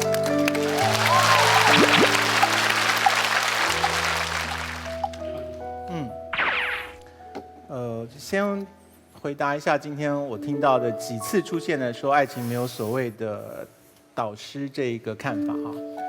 我觉得世界上其实大部分事情都没有导师，所以奇葩说好玩的地方就是打破这些导师所讲的那些道理，然后让大家各取所需。我认为所有听专家意见的人都只是在听他自己想听到的东西而已。对，所以不要太给自己压力，就是尤其是马薇薇，不要太给自己压力，就是你说出口的话会多么严重的扭曲别人的人生，他们只会索取他们要索取的那个部分来支撑他们自己的决定而已，这是我一直相信的事情。好，那至于今天这个题目，我其实比较想要把焦点放在所谓对方想要的样子啊。我们不要把这个对方想成是别人，我们把这个对方想成是我们自己。在座这么多的女生，跟男朋友吵架不开心的时候，心里面最常浮现的一句话是什么？你跺了一下脚，翻了一个白眼之后，你心中立刻浮现那句话就是：他为什么老是不懂我？他为什么这么不了解我？那这时候如果我飘出来说，爱情不是关于懂跟了解，你们搞错了，你们就会一巴掌把我挥开。你们在恋爱当中想要被懂，想要被了解，这个很重要。所以当对方说我不知道你想要什么东西的时候，你也说不出来，可是我就是有想要的东西，请你去摸索，请你去像范甜甜一样的改变300种发型，来试着找到一种是会令我露出微笑的那个发型。所以范甜甜今天很难得的以喜悦而开朗，而不是控诉天下的态度，在陈述她的论点啊，那表示爱情给她治疗了很多，给了她很多力量。那所谓对方想要的样子，是他呼喊出来的吗？我认为不是。你们在座的女生，如果大声的呼喊说“我要你为我戒烟，我要你为我早回家”，那个你们就觉得不值钱了。你们就是希望你们的另一半能够自己感觉到你要什么，然后做到那件事情。那个是爱情当中珍贵的、令你感动的部分。所以我不认为今天反方的人所说那些话说，我为你改变。然后我会拿出来跟你讨债，说老子为你做了这么多，结果你都不为老子做一点点。我认为吵架的时候只是气话而已。爱情的本质的确是在摸索对方现在处于什么状态，我能够给他什么。那你要把这个归咎于说，像秋晨所说的，我要把这个归到一个盒子里面，说这叫做我为你做的改变，然后你以后都欠我。我觉得在座大部分的人谈完恋爱之后，不会有算一笔账说你欠我多少，我欠你多少。像马薇薇说的，这笔人情你还不起。我们谈恋爱没有人在还人情这件事，所以那个账是算不清的。所以回过头来讲，就是爱情的本质应该是体会对方的需求，然后满足那个需求。那个需求是对方大声呼唤的，或者是暗中透露的，或者是像范甜甜一样，你去百般摸索出来的都好。可是你摸索到之后不改变，这个在我看起来是不可思议的事情。你们讲了很多开心的例子，我举一个伤心的例子，就是人都会衰老，最后哪一方弱下来了，另外一方就得变坚强，是变弱的那一方在呼唤你说你要撑住我，因为我现在已经弱了，我不行了。不用，你看他倒下了，你就知道此刻的你如此衰弱，需要我自己重新撑起来，我要变成一个让你依靠的肩膀，这就是改变啊，这个是爱情最美好的部分。所以我没有办法理解你们说不为对方改变是什么意思。然后我第一个，不要逼对方说出口，当他说出口的时候，那个改变就不那么美好。第二个，为对方改变后不要算这笔账，是你自己的选择，可是是为对方做的改变。讲完，谢谢。